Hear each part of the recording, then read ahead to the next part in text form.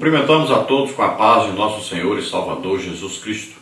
Estamos iniciando mais um programa EBD na TV. Nós estamos durante este segundo trimestre de 2016 estudando nas revistas da CPAD com o tema Maravilhosa Graça, o Evangelho de Jesus Cristo revelado na carta aos Romanos. Nós temos aí como comentarista da CPAD deste trimestre o pastor José Gonçalves. Hoje estaremos estudando a lição de número 9, que tem como título A Nova Vida em Cristo. Então, estivemos estudando aí sobre teologia, estivemos estudando sobre o que entender sobre a palavra de Deus. Agora nós vamos estudar sobre o que praticar de posse desta palavra. Agora nós vamos colocar em prática na nossa vida cristã, no nosso dia a dia, tudo o que aprendemos.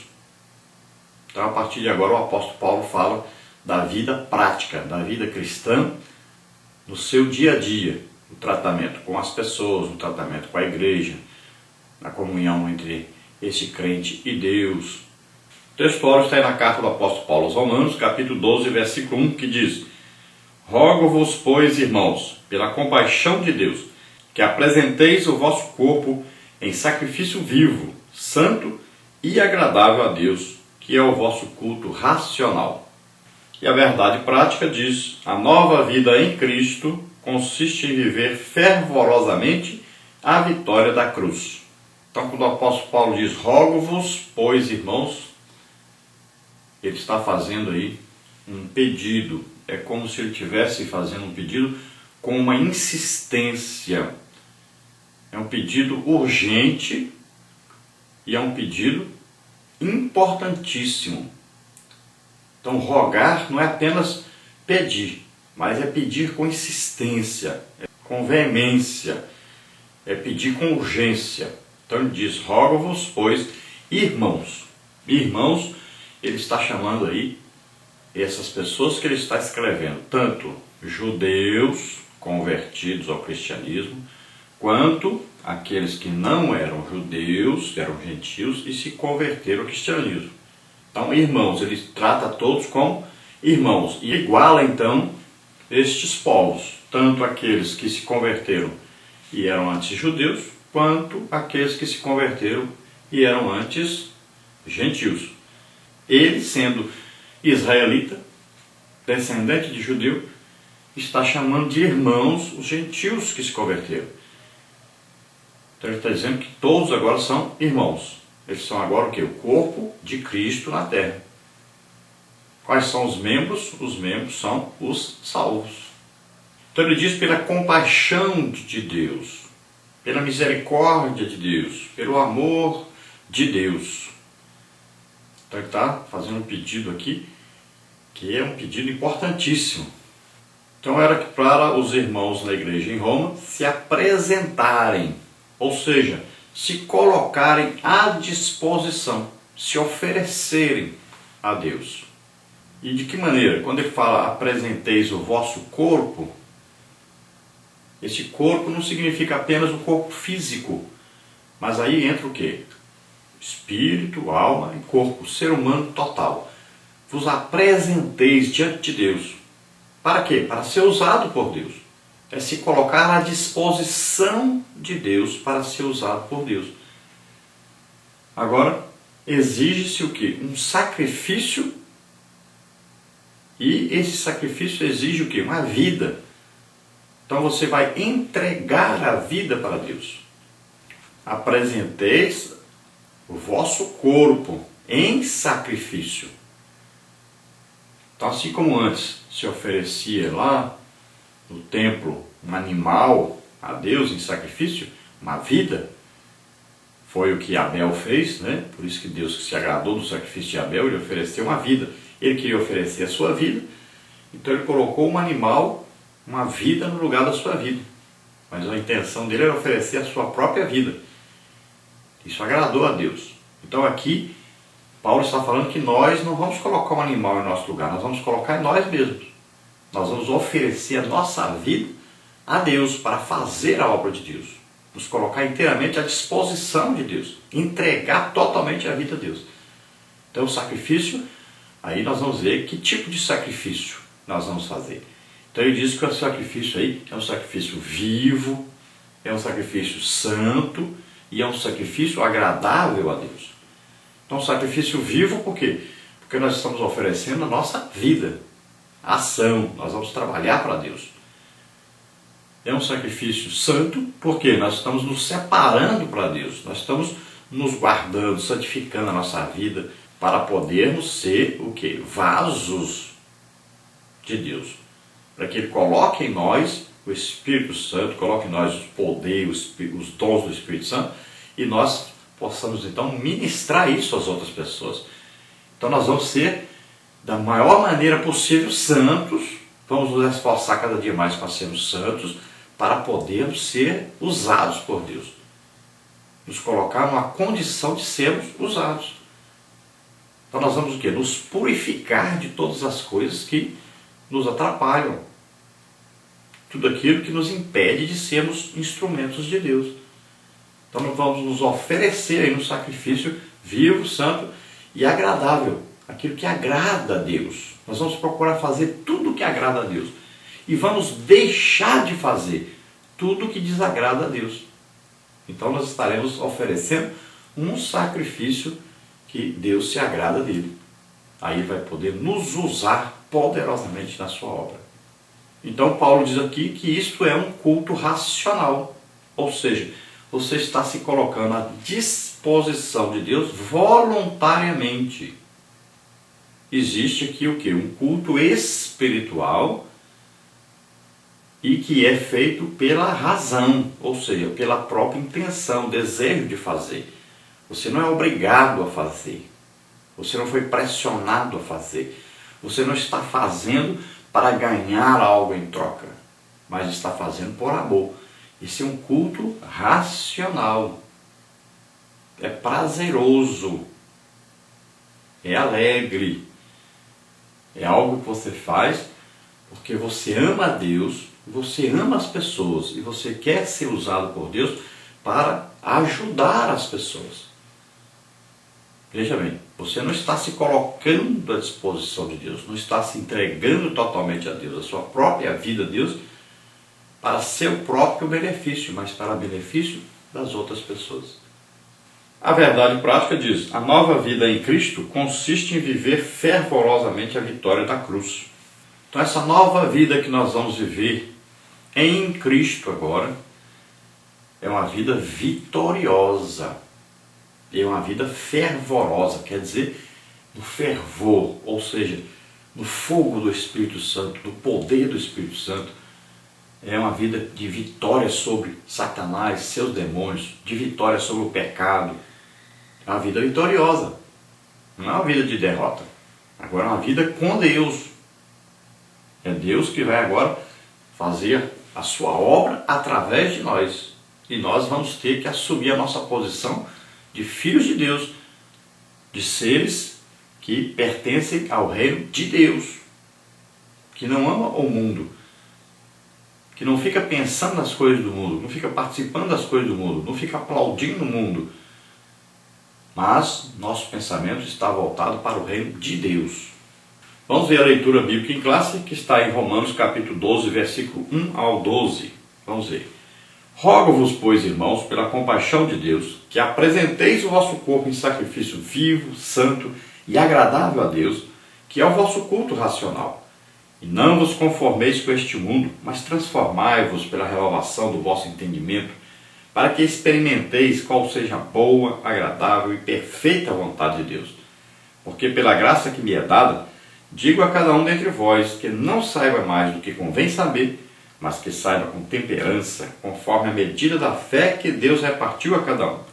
Porque assim como em um corpo temos muitos membros, e nem todos os membros têm a mesma operação, assim nós, que somos muitos, somos um só corpo em Cristo, mas individualmente somos membros uns dos outros, de modo que, tendo diferentes dons, segundo a graça que nos é dada, se é profecia, seja ela segundo a medida da fé, Se é ministério, seja em ministrar. Se é ensinar, haja dedicação ao ensino. Ou o que exorta, use esse dom em exortar. O que reparte, faça-o com liberalidade. O que preside, com cuidado. O que exercita a misericórdia, com alegria. O amor seja não fingido, aborrecei o mal e apegai-vos ao bem. Amai-vos cordialmente uns aos outros com amor fraternal, preferindo-vos em honra uns aos outros. Não sejais vagarosos no cuidado, sede fervorosos no espírito, servindo ao Senhor. Alegrai-vos na esperança, sede pacientes na tribulação, perseverai na oração. Glória a Deus, aleluia. Então, nesta lição, nós teremos aí as seguintes partes. Primeira parte, em relação à mordomia da adoração cristã, que está no capítulo 12 de Romanos, do versículo 1 ao versículo 2. Então, tópico 1, uma exortação em forma de apelo. Tópico 2, uma palavra concernente ao corpo. E tópico 3, uma palavra concernente à mente. Na parte 2, nós temos aí, em relação à mordomia do exercício dos dons. Romanos 12, de 3 a 8. Tópico 1, exercitá-los com moderação e humildade. Tópico 2, exercitá-los respeitando sua diversidade. E tópico 3, exercitá-los com esmero e regularidade.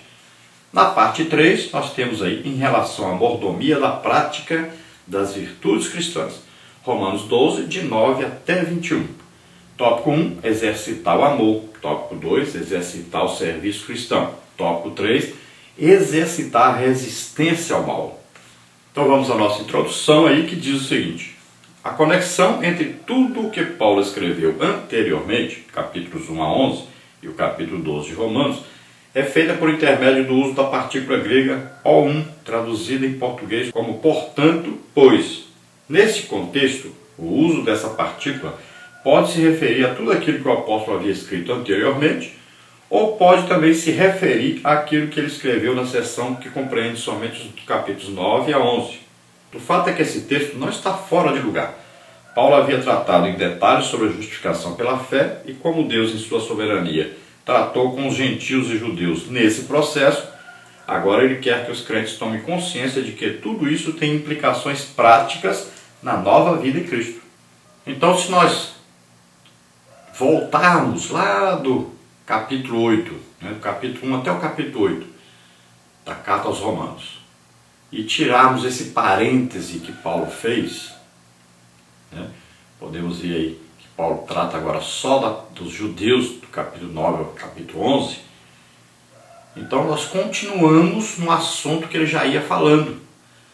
Então, como ele ia falar da graça de Deus sobre todos, como ele ia falar da justificação da fé sobre todos, tanto gentios como judeus, então ele incluiu aquela partezinha ali, 9 até 11, os capítulos 9, 10, 11, falando dos judeus, e agora ele vai falar dessa vida cristã prática para todos que se converteram. Vamos ver então a parte número 1, em relação à mordomia da adoração cristã, Romanos 12, de 1 a 2. No tópico 1, uma exortação em forma de apelo. Tópico 2, uma palavra concernente ao corpo. E o tópico 3, uma palavra concernente à mente. Vamos ver então. Tópico 1, uma exortação em forma de apelo. Rogo-vos, conforme aparece na versão Almeida Revista e Corrigida, traduz o verbo grego parakaleo. Essa palavra tem no original o sentido de admoestar, encorajar e exortar. Os léxicos destacam que esse termo era usado no contexto militar, quando um oficial queria exortar as tropas. As palavras introdutórias de Paulo são, portanto, um apelo exortativo. Os crentes deveriam levar em conta tudo o que ele havia ensinado até então e procurarem se ajustar à nova vida em Cristo. As doutrinas bíblicas, mesmo aquelas mais complexas, não devem promover apenas especulações teológicas, mas fomentar no crente a piedade cristã. Então, nós vamos ver que o objetivo de Paulo aqui, ao escrever rogo-vos, pois, irmãos, é então continuar o seu assunto na vida cristã, da justificação pela fé, da graça de Deus, da salvação em Jesus Cristo. E ele vai introduzir agora a parte prática. Então, como praticar essa nova vida, Cristo. E ele então exorta os irmãos, ele admoesta os irmãos, ele chama a atenção dos irmãos para essa nova vida. Por quê? Porque a teologia em si, o estudo da palavra de Deus, aí a vida cristã como um todo, ela não é completa se não houver a prática daquilo que se lê, daquilo que se aprende. Não pode ser só teoria. Nós estamos vivendo uma época de muita teoria e pouca prática.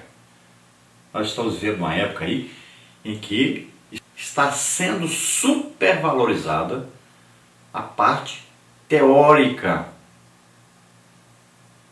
Estão supervalorizando o intelectualismo e a parte prática, a parte de ser instrumento de Deus, a parte de amar as pessoas e demonstrar esse amor com obras, está ficando em segundo plano, cada dia mais.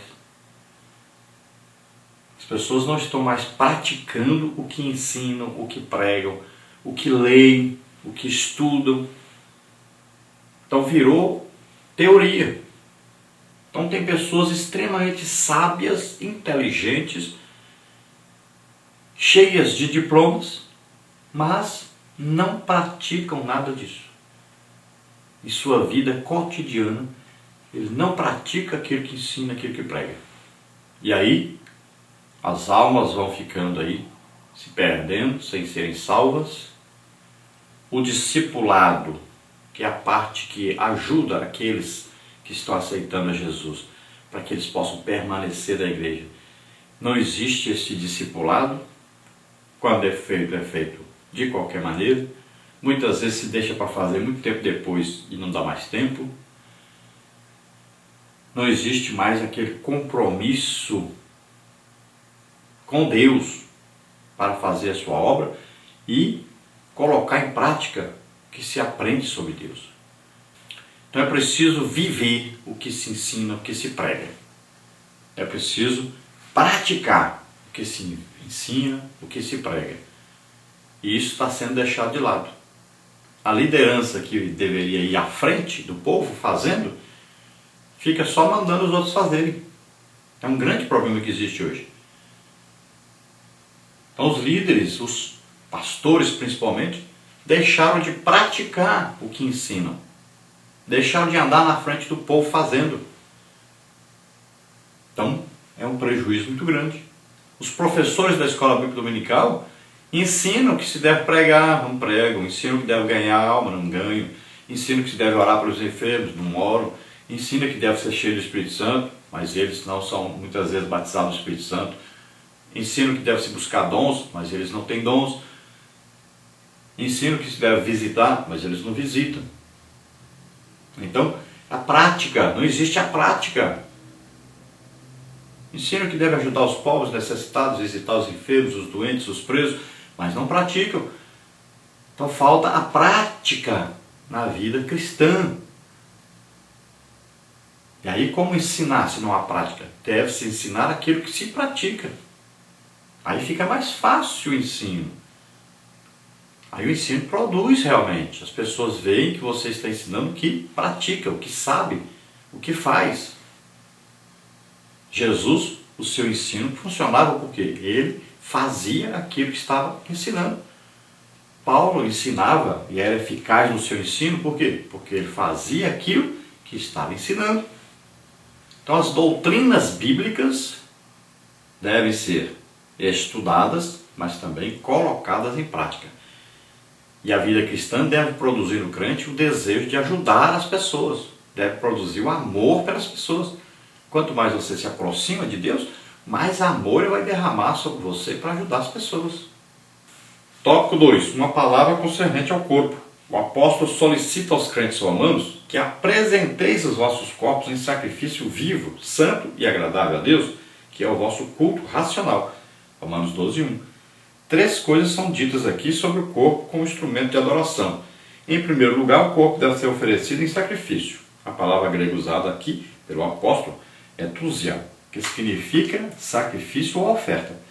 O paralelo é feito com o sistema de sacrifícios levíticos do Antigo Testamento. Em segundo lugar, esse sacrifício, ao contrário daquele da antiga aliança, deve ser apresentado vivo e não morto.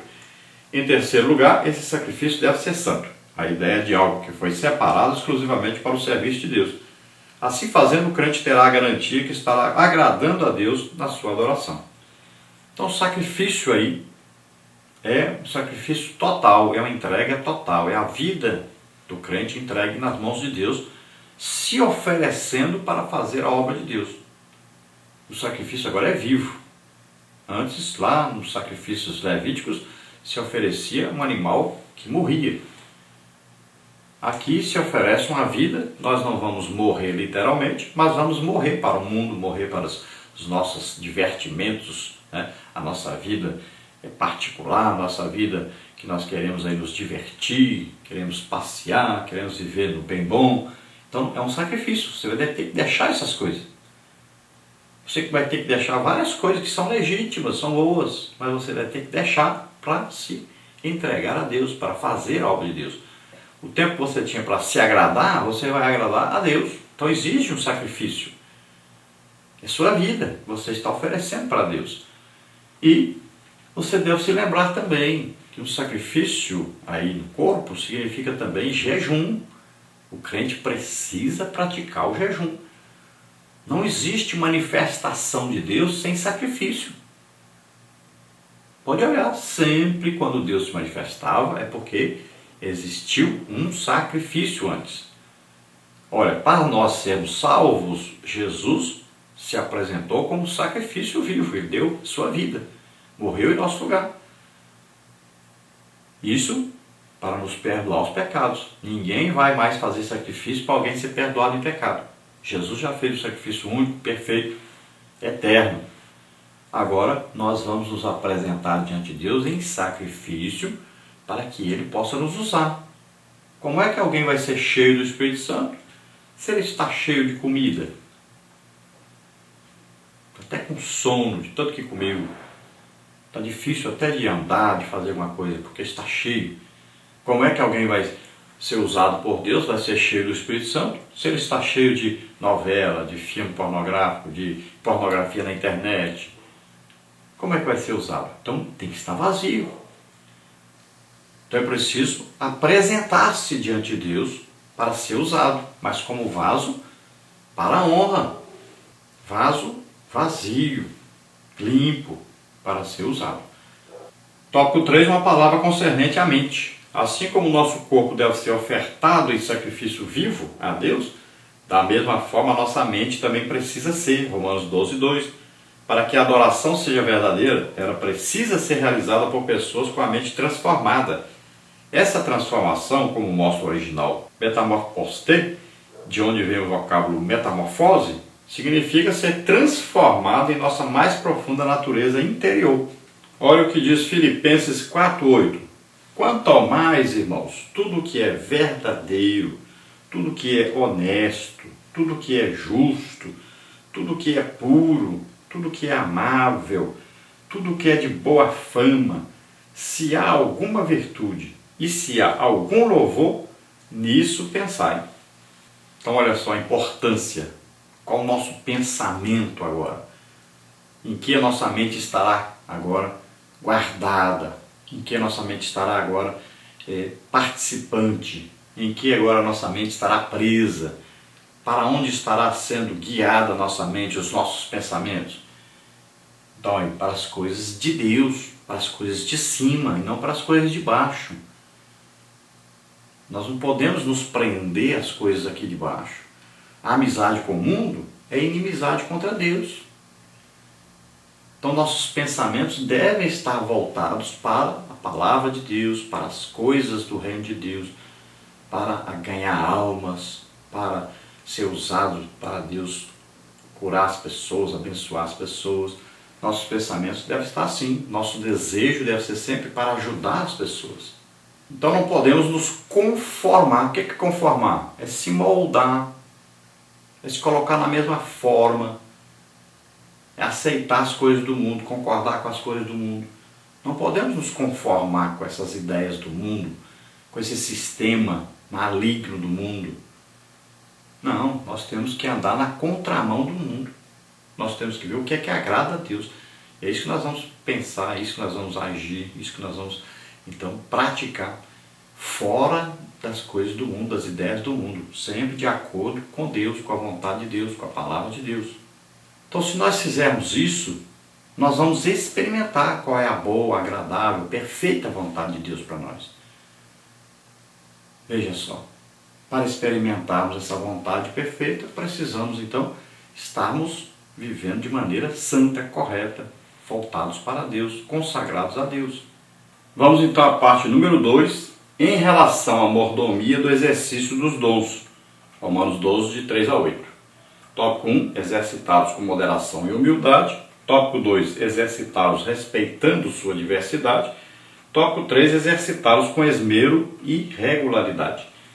Tópico 1, então, exercitá-los com moderação e humildade. A palavra dons, no grego aí, carismata ou charismata, que aparece no versículo 6, é a mesma palavra usada por Paulo em 1 Coríntios 12, 4, em referência aos dons espirituais. O mesmo amor de 1 Coríntios 13, que regulamentou o uso dos dons, deve ser aqui praticado. Paulo já havia falado muito sobre a graça, as charis ou caris. E é em nome dessa graça que a ele foi dada que pede moderação e humildade na mordomia dos dons espirituais. Ninguém que exercitasse os dons espirituais deveria achar que eram alguma coisa independente da graça. É exatamente isso que significa o vocábulo grego hiperproneu, traduzido aqui como pensar de si mesmo além do que convém. Veja bem, então os dons, que hoje está aí quase que em extinção na igreja, mas na época de Paulo, as pessoas na igreja, quase todas as pessoas tinham algum tipo de dom. Nós vamos ver, por exemplo, a igreja de Corinto, que apesar de muitos estarem vivendo em pecado, muitos, a maioria, era usado em dons do Espírito Santo. Então havia ali aqueles que viviam de qualquer maneira, mas existiam ali, a grande maioria da igreja, aqueles que viviam de maneira santa e eram usados em dons espirituais. Interessante isso, as pessoas pensam que a igreja de Corinto, todo mundo era pecador e era usado em dom. Não, Deus não está usando pessoas aí que estão em pecado, não. As pessoas estão aí em jejum, em oração, em consagração a Deus, amando as pessoas, trabalhando para Deus e sendo usados em dons. Deus não está usando qualquer um. Por isso que os dons sumiram da igreja, porque as pessoas estão vivendo de qualquer maneira. As pessoas não procuram mais se santificar, não procuram mais jejuar, não procuram mais amar as pessoas, ajudar as pessoas. Por isso que os dons desapareceram. Deus não está usando aí de qualquer maneira qualquer um, não. Então, era normal naquela época os dons em operação, porque as pessoas viviam em santidade realmente. Então agora, Paulo está dizendo, aquele que é usado em dom, então saiba que esse dom, quem é que deu? Foi Deus. Não vem de nós, não é uma coisa nossa. Nós não vamos usar como se fosse nosso. Então é preciso que usar em abundância. Paulo diz, abundeis, ou seja, sejam generosos no uso dos dons, porque isso ajuda as pessoas. Agora, temos que ter certeza sempre de que é Deus quem está nos usando. Nós somos o quê? Canais de Deus para a operação de Deus. Eu costumo sempre dizer, olha, se você vai ao médico e ele opera você, ele usa uma faquinha, chama-se bisturi. Quando você é operado, então no outro dia você não agradece a faca, você não olha para aquela faquinha, o bisturi, e agradece, obrigado, me cortou, eu fui curado. Não, você agradece o médico. Assim também, aquele que é usado em dons, ele é o bisturi, a faquinha apenas. Mas o médico que pegou e operou é Jesus. E o poder para que fosse realizada aí a cura, o milagre, é do Espírito Santo. E onde está o Espírito Santo? Dentro de nós. O mesmo Espírito Santo que estava dentro de Jesus é o mesmo Espírito Santo que está dentro de nós. Então, quando Jesus andava fazendo milagres, curando as pessoas, nós devemos andar do mesmo jeito. Porque o mesmo Espírito Santo que estava dentro dele, que era o poder que ele usava para fazer esses milagres e essas curas, é o mesmo poder que está dentro de nós, no Espírito Santo que mora em nós. Nós somos templo, morada de Deus na terra. Então nós devemos andar também, pregando o Evangelho e curando as pessoas, fazendo milagres, tudo em nome de Jesus e com o poder que já está dentro de nós através do Espírito Santo que mora em nós. E esse poder não é dado a nós por merecimento. É a graça de Deus que trouxe isso para nós. O que é a graça de Deus? Jesus morrendo em nosso lugar na cruz do Calvário. Nós entramos para essa graça quando aceitamos Jesus como Senhor e Salvador. E todas as coisas que Deus nos dá, em tudo que Ele nos usa, é sempre o quê? Através dessa graça. Se nós não estivermos nessa salvação, acabou. Tudo que Deus nos dá é parado, bloqueado. Por isso que a pessoa se desvia e para de falar em línguas, os dons do Espírito Santo param de agir nele. Por quê? Porque é só enquanto ele está na graça. Se ele sair debaixo dessa graça, sair dessa salvação, para tudo. Porque vem de Deus. Olha que coisa interessante. Agora pode ver que quando a pessoa se desvia, para tudo. Mas na hora que ele volta para Jesus, ele reconcilia, na mesma hora ele começa a falar em línguas novamente. E os dons voltam a operar novamente na vida dele. Imediatamente. Por quê? É o perdão de Deus, a misericórdia de Deus. Deus esquece o pecado, Ele perdoa totalmente. E aí a pessoa começa novamente a sua vida cristã. Olha só que coisa fantástica. Isso é uma maneira de você entender isso. Os dons do Espírito Santo são concedidos, mas enquanto você está debaixo da graça, você é usado. Saiu, para, a torneira fechou lá em cima. Parou. Espera você voltar. Se você voltar para Jesus, se você se arrepender dos seus pecados, Ele voltará a te usar. E quantos exemplos nós temos? De tantos pregadores, tantas pessoas que deixaram de ser usados por Deus. Passaram um período aí na amargura, sem serem usados por Deus, sem comunhão com Deus. Perderam tudo. Nesse período eles não estiveram sendo usados por Deus. Mas a partir do momento que tomaram a decisão de se arrepender, de não praticar mais aquele pecado, principalmente o adultério, que aconteceu várias vezes aí com vários pregadores, e o que aconteceu? Quando voltaram à comunhão com Deus, comunhão com a igreja também, os dons voltaram. Voltaram a falar em línguas, voltaram a ser usados os dons do Espírito Santo. Tiveram real arrependimento de pecados. Então temos que saber que vem de Deus e nós somos apenas canais, instrumentos de Deus. Somos o bisturi na mão do médico que é Jesus. Tópico 2. Exercitá-los respeitando sua diversidade. Paulo lembra aos romanos que a moderação e a humildade são indispensáveis no exercício dos dons. Ele também nos faz recordar que Deus não quer exclusivismo no exercício dos dons. Romanos 12, 4. A individualidade deve ser respeitada porque o Espírito usa pessoas, mas o individualismo deve ser rejeitado. Os dons são diversos, assim como diversos são os membros do corpo. Romanos 12, 5. Não existe um corpo formado somente por um membro. Da mesma forma, o Senhor não quer que os dons operem através de uma única pessoa. Romanos 12, 6. Todos têm seu lugar no corpo de Cristo. Então, olha só. Os dons estão em 9 dons do Espírito Santo. Nós não estamos falando agora de dons ministeriais. Mas existem os dons ministeriais. Lá em Efésios 4:11, existem apóstolos, existem profetas, existem evangelistas, existem aí os pastores e existem os mestres. São dons ministeriais. Existe na igreja? Tem na igreja. Esses 5 ministérios estão na igreja. Assim como o corpo tem 5 sentidos, assim também o corpo de Cristo tem os 5 ministérios operando. Para funcionar corretamente o corpo de Cristo, precisa estar os 5 ministérios em operação na igreja. O que são esses ministérios? São homens dados à igreja, pessoas dadas à igreja. E todos eles são usados tremendamente em dons do Espírito Santo. São os ministérios. Existem os dons de Deus Pai, que são os dons de serviço, né? Por isso que tem uma pessoa que é boa para trabalhar na secretaria, tem aquela pessoa que sempre ajuda a obra de Deus financeiramente, tem aquela pessoa que sempre faz um trabalho de coordenação. Todas essas pessoas São dons que eles recebem para ajudar a igreja, para fazer a igreja progredir, andar, ganhar almas e andar organizada.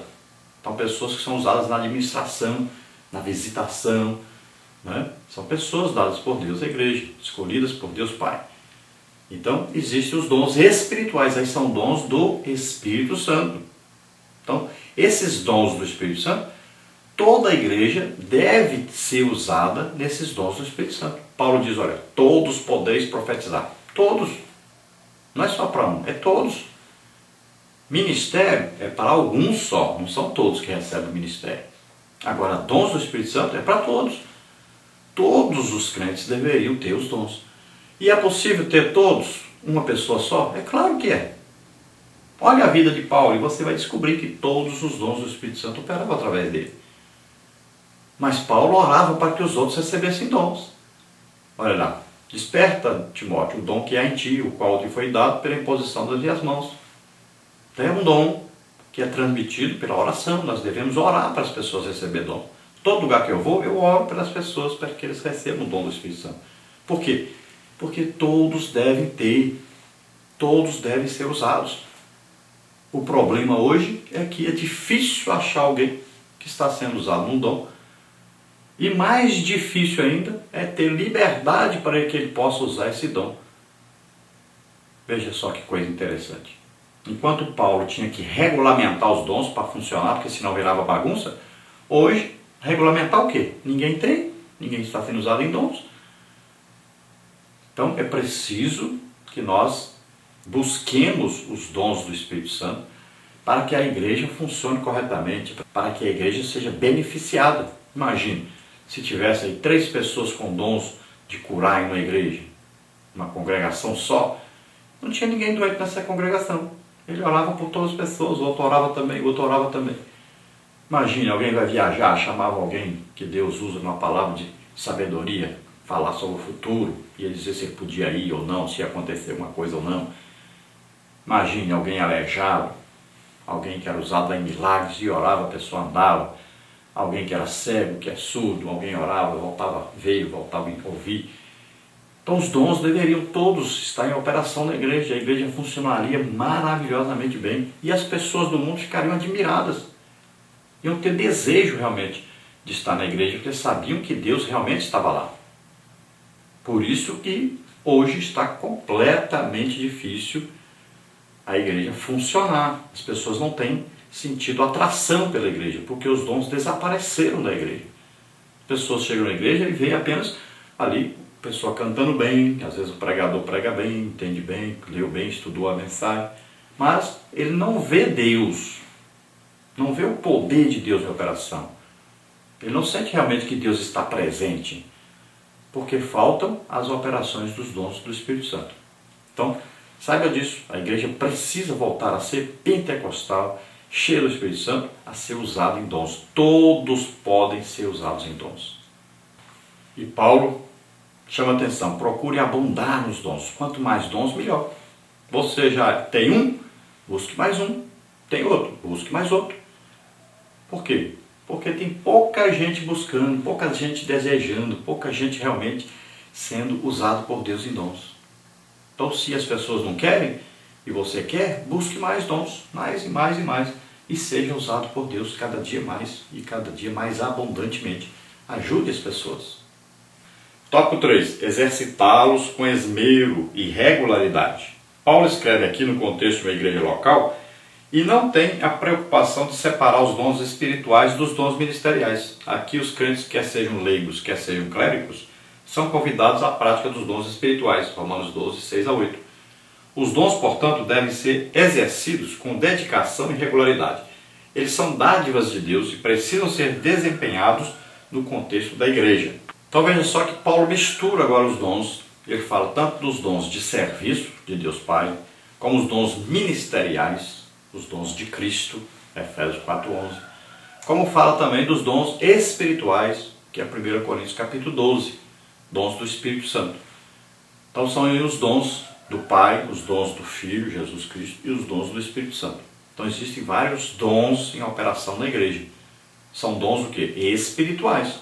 Tanto os do Pai, como os do Filho, como os do Espírito Santo. São todos dons espirituais. Então, ele agora não especifica. Então ele fala de vários dons aqui. Entre esses ele fala alguns, então, dons de serviço dados pelo Pai, alguns dons ministeriais dados por Cristo e alguns dons espirituais dados pelo Espírito Santo. Então são vários dons aqui. Então ele diz que os crentes todos devem buscar esses dons, devem buscar ser usados por Deus nesses dons para ajudar as pessoas, para o bem comum, para o bem do corpo de Cristo. Então um vai receber um dom, outro vai receber outro dom, outro vai receber outro dom, outro vai receber outro dom. Pode ser que uma pessoa só receba vários dons. O importante é que esses dons sejam colocados em operação. O importante é que essa pessoa pratique esses dons. Porque tem gente que recebe o dom, mas ele guarda, esconde esse dom e vive aí sua vida normal, não ajuda as pessoas. Está lá, guardado, escondido. E Deus vai pedir contas desse dom que está aí, oculto, está aí guardado, escondido. É preciso usar, é preciso colocar em prática isso que você recebeu. Então veja só, é preciso que cada um veja para o que Deus me chamou. O que Deus quer que eu faça? Então eu vou me disponibilizar, vou me entregar a Deus, vou entregar minha vida a Deus. Eu quero fazer a obra de Deus. Eu quero ser usado por Deus nisso que Ele me deu. E você vai praticar, vai exercitar isso. Não fique um dia sequer sem isso. Pratique, ajude as pessoas. Na parte 3 nós temos aí em relação à mordomia da prática das virtudes cristãs. Romanos 12, de 9 a 21. Tópico 1, exercitar o amor. Tópico 2, exercitar o serviço cristão. Tópico 2, exercitar a resistência ao mal. Tópico 1, então, exercitar o amor. Socialmente a palavra amor está muito desgastada e quase sempre associada apenas a sentimentos. Todavia, não é esse o significado do ágape do Novo Testamento. O amor cristão é algo que brota de dentro do caráter de uma pessoa regenerada e passa a moldar o seu comportamento. Romanos 12, de 9 a 10. Dessa forma, o amor jamais pode ser algo fingido, isto é, praticado com hipocrisia. Ele é algo autêntico, vê o outro antes de si mesmo. Então devemos nos afastar do mal, impedir o mal de chegar, e devemos desenvolver o amor. Esse amor derramado por Deus em nossos corações. O amor verdadeiro, o amor de Deus. É um amor desinteressado. Você não vai ajudar as pessoas querendo alguma coisa em troca. Você não fala com as pessoas querendo alguma coisa delas. Mas é um amor desinteressado, é um amor de Deus. Você quer ajudar as pessoas, você quer abençoar as pessoas, você quer levar Deus para as pessoas. Está faltando muito isso hoje. As pessoas viraram profissionais do Evangelho. Tudo o que fazem é por dinheiro. Estão sempre querendo uma recompensa. Ou uma recompensa financeira, ou algum tipo de recompensa. Outro tipo. Um tipo de recompensa, por exemplo, social ou promocional. Alguma recompensa a pessoa está querendo. É absurdo isso. Nós fazemos para Deus as coisas, fazemos para receber lá em cima e não aqui embaixo. Então, quando esse amor é oferecido, mas existe um objetivo por detrás dele, é um amor fingido. E Paulo diz que o nosso amor não pode ser um amor fingido. Tem que ser um amor sincero, amar como Deus ama. Então, nós devemos fazer alguma coisa para ajudar as pessoas, mas não esperando alguma coisa em troca. Devemos fazer por amor a Deus, por amor às pessoas, correspondendo a esse amor que está derramado em nossos corações, pelo Espírito Santo. Lembre-se que o Espírito Santo sabe tudo a nosso respeito, sabe nosso pensamento, intenção. Então ele sabe se nós estamos fazendo por amor ou não. Tópico 2. Exercitar o serviço cristão. Paulo aconselha os crentes em Roma a viverem a vida cristã com intensidade. Nada de apatia ou vagarosidade. Não sejais vagarosos no cuidado, sede fervorosos no Espírito, servindo ao Senhor. Romanos 12, 11. A palavra vagarosos traduz o termo grego okneros ou okneros, que possui também um sentido de preguiçoso, descuidado, indolente. Ser fervoroso não significa ser fanático, mas ser alcançado pela graça e andar segundo ela. A expressão no espírito tanto pode estar no local, no caso locativo grego, significando nosso espírito humano, como instrumental, se referindo ao Espírito Santo. Independentemente do caso que Paulo tenha usado, o sentido é do Espírito Santo incendiando a vida do cristão fervoroso. Então olha só, Paulo exorta os crentes a viver fervorosamente no Espírito. Então aqui a palavra Espírito com letra minúscula é o nosso Espírito. Agora o nosso Espírito ligado ao Espírito Santo vai produzir o quê? Um fervor espiritual. Quando você está em comunhão com o Espírito Santo, ele te dá um fervor, ou seja, é um desejo de estar fazendo a obra de Deus o tempo todo. É um desejo de ajudar as pessoas o tempo todo. A pessoa não para quieto, tem desejo de estar andando para lá e para cá, fazendo a obra de Deus, está ajudando, está ali, vendo o que precisa que seja feito para que as pessoas vivam melhor, que as pessoas estejam mais perto de Deus. Então é um fervor espiritual. A pessoa não pode ser apática, não pode ser, aí, vamos dizer assim, anêmica espiritualmente. Tem muita gente dormindo, muita gente sem fazer nada. Você procura aí um ano inteiro. Quantas almas você ganhou? Nenhuma. Isso é um absurdo. Nós somos chamados para ganhar almas. Nossa função é ganhar almas. Como é que pode um crente passar um ano inteiro sem ganhar uma alma? É impressionante. Tem pessoas aí que estão dormindo, sono mesmo da negligência. Não pode. Desperta. A Bíblia diz, desperta, tu que dormes. Desperta, levanta, acorda, vai fazer a obra de Deus. Não é possível que você não pode nem convidar um vizinho seu para ir para a igreja. Não é possível que lá no serviço seu você não possa ganhar uma alma. Então é preciso cada pessoa, cada crente, despertar para fazer a obra de Deus, para viver essa vida cristã vitoriosa. É uma vida cheia do Espírito Santo. É felicidade. O reino de Deus é o quê? Paz, justiça e alegria no Espírito Santo. Esse fervor precisa disso. Imagine um casal que se casa e aí o homem ou a mulher, um não tem interesse sexual um pelo outro. O que será desse casamento? Que casamento mais triste é esse? Não existe alegria, não existe felicidade. Porque não existe o quê? A intimidade. Assim também somos nós, nossa vida com Deus. É uma vida fervorosa, porque nós estamos em comunhão com o Espírito Santo e nós correspondemos a essa vontade que o Espírito Santo tem de que as pessoas sejam abençoadas. Então nós vivemos uma vida alegre, uma vida sempre produzente, para estar produzindo alguma coisa no reino de Deus. Tópico 3, exercitar a resistência ao mal. Fechando essa sessão, o apóstolo aconselha, não te deixes vencer do mal, mas vence o mal com o bem. Em Romanos, encontramos o apóstolo Paulo se referindo ao mal, aí no grego, kakos, ou kakos. 14 vezes isso aí. Em Romanos 7, 19 e 21, ele apresentou esse mal como sendo sinônimo da natureza adâmica, pecaminosa e má, que quer conduzir o crente a fazer aquilo que ele desaprova. Essa é a razão da guerra interior. Em Atos 16, 28, Paulo fala desse mal como um dano irreparável que uma pessoa pode causar a si mesma. Aqui, esse mal aparece como uma força oposta ao bem, que procura impedir o viver cristão vitorioso. A recomendação bíblica é: vença o mal com o bem. Então, qual é a fórmula? Qual o remédio? Qual o segredo para vencer o mal? Fazendo o bem, querendo o bem. Se uma pessoa te faz mal, você deseja o bem para ela. Se ela fala mal de você, fale bem dela. Olha aí, se vence o mal com o bem. Sempre que a pessoa quiser o seu mal, procure fazer o bem para ela. Jesus ensina o que para nós? Ore pelo seu inimigo, abençoe o seu inimigo. Olha aí. Você vai amontoar o quê? Brasas na cabeça dele se você fizer isso. O que é isso? Significa que ele vai começar a pensar, vai raciocinar que Deus está na sua vida realmente. Então, veja bem, faça o bem. Sempre procure fazer o bem. E isso vai derrotar o mal.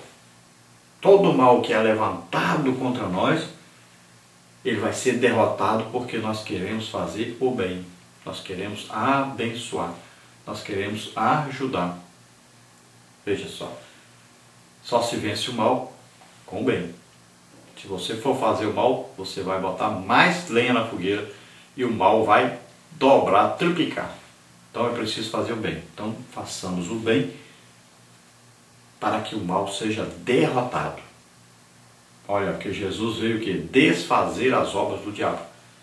Então o diabo ele odeia as pessoas, ele quer matar, roubar e destruir. E Jesus veio para quê? Para dar vida, vida em abundância. Então ele combate o que Satanás faz, produzindo vida, vida em abundância, trazendo amor, misericórdia, trazendo o bem. Então sempre que o mal vem, esse mal pertence à velha natureza nossa, à natureza adâmica. É uma herança maligna. E nós não vivemos mais com esse mal. Não vivemos mais com essa semente maligna dada de Adão, a semente do pecado. Então agora nós vivemos com Deus. E o que vem de Deus? Só boa dádiva, só coisa boa. Então nós devemos dar às pessoas o bem, ou só as coisas boas. Nunca as coisas más. Nunca maltratar, maldizer, tratar mal, nunca perseguir, nada disso. Vamos vencer esse mal com o bem. A conclusão ele diz: nesta lição aprendemos que o capítulo 12 de Romanos forma um conjunto de exortações a respeito do viver a nova vida em Cristo. Como observamos, essas exortações estão relacionadas a vários aspectos do viver cristão e envolvem a mordomia da adoração cristã, onde é mostrado o valor do corpo e da mente no serviço de Deus. Atenção é dada à mordomia dos dons espirituais, onde Paulo combate a apatia e o individualismo. A igreja é o corpo de Cristo e como corpo ela deve viver. Por último, o apóstolo exorta a respeito do exercício das virtudes cristãs, destacando a prática do viver cristão vitorioso. Então vimos aí no capítulo 12 de Romanos, Paulo escrevendo sobre a prática na vida cristã, a prática da teologia, a prática aí das doutrinas bíblicas, agora na vida cristã. Então não é só a teoria a vida cristã, existe a prática, temos que praticar aquilo que nós estamos lendo, estudando, aprendendo. Então nós devemos aí nos apresentar a Deus, oferecendo-nos a Deus para fazermos a obra de Deus. A mordomia do cristão, Vamos nos apresentar, nos oferecer diante de Deus. Dizer: usa-me, Senhor, eu quero fazer a obra. Essa é a disposição que o crente deve ter na sua vida cristã. E dentro desse oferecimento, tem aí a parte do corpo, da alma, do espírito. E aí envolve o quê? A mente, o pensar, dedicado então a Deus. Tudo isso. E Paulo fala também aí dos dons, tanto espirituais do Espírito Santo, como dons espirituais vindos de Deus Pai, como os dons espirituais que são os dons ministeriais vindos de Jesus Cristo. Então todos os dons devem ser usados para o bem comum, o bem do corpo de Cristo na terra e para a salvação das almas, sabendo que todos podem ser usados em dons. E Paulo termina falando então dessa vida vitoriosa, uma vida em Cristo, uma vida fervorosa, cheia do Espírito Santo, fazendo a obra de Deus, produzindo no reino de Deus. Você que esteve nos ouvindo a palavra de Deus, se você deseja agora entregar a sua vida para Deus, é sua oportunidade. Se você deseja agora diante de Deus se entregar, se disponibilizar para fazer a obra de Deus, faça-o agora. Vamos orar agora. Pai querido, em nome de Jesus, ajuda, Senhor, essas vidas que se chegam a Ti agora. Lagrada ruste, arrefaires, controvar, a cursa força verestar, Te o estende. A grande russe via stende, marai. Pai querido, em nome de Jesus, convence-os agora, ajuda-os agora, Senhor, esforça essas vidas agora a se entregarem para Ti, para fazerem a Tua obra, realizar essa maravilhosa obra. Pai querido, em nome de Jesus, dá àqueles que estão em pecado agora o arrependimento, ajuda-os, Senhor, a se arrependerem agora, a se entregarem totalmente a Ti, a se disponibilizarem a fazer a Tua obra. Abençoa poderosamente, usa, Senhor, derrama do Teu Espírito Santo agora sobre essas vidas. Oh, remestar, engrandecer, em nome de Jesus, seja instrumento de Deus para engrandecer o nome de Deus, para que o nome de Deus seja glorificado na terra, em nome de Jesus. Receba agora a cura, em nome de Jesus, todo mal sobre você Saia agora em nome de Jesus. Receba o batismo do Espírito Santo, receba os dons do Espírito Santo, para que você possa ser usado poderosamente no reino de Deus. Faça a obra de Deus com alegria, com prazer. Disponibilize-se para Deus em nome de Jesus. Amém. Glória a Deus. Aleluia. Olha, nós queremos comunicar a você que nós estamos à disposição da igreja para fazermos a obra de Deus. Se você quiser nos convidar, nós fazemos palestras aí de escola bíblica dominical, fazemos palestras sobre família, aí sobre idosos, sobre namoro, noivado, casamento, fazemos aí palestras para casais, palestras para jovens, fazemos palestras aí para círculo de oração. Então, nos convide. Nós fazemos palestras sobre evangelismo, fazemos palestras aí sobre missões, fazemos palestras sobre dons do Espírito Santo. Então, fazemos diversas palestras. Você nos convide e nós estaremos aí com você na sua igreja. Nós estamos mais trabalhando. Nós saímos da empresa onde nós estávamos trabalhando antes e agora nós estamos aí à disposição da igreja. Então, nos convide, nós estaremos aí.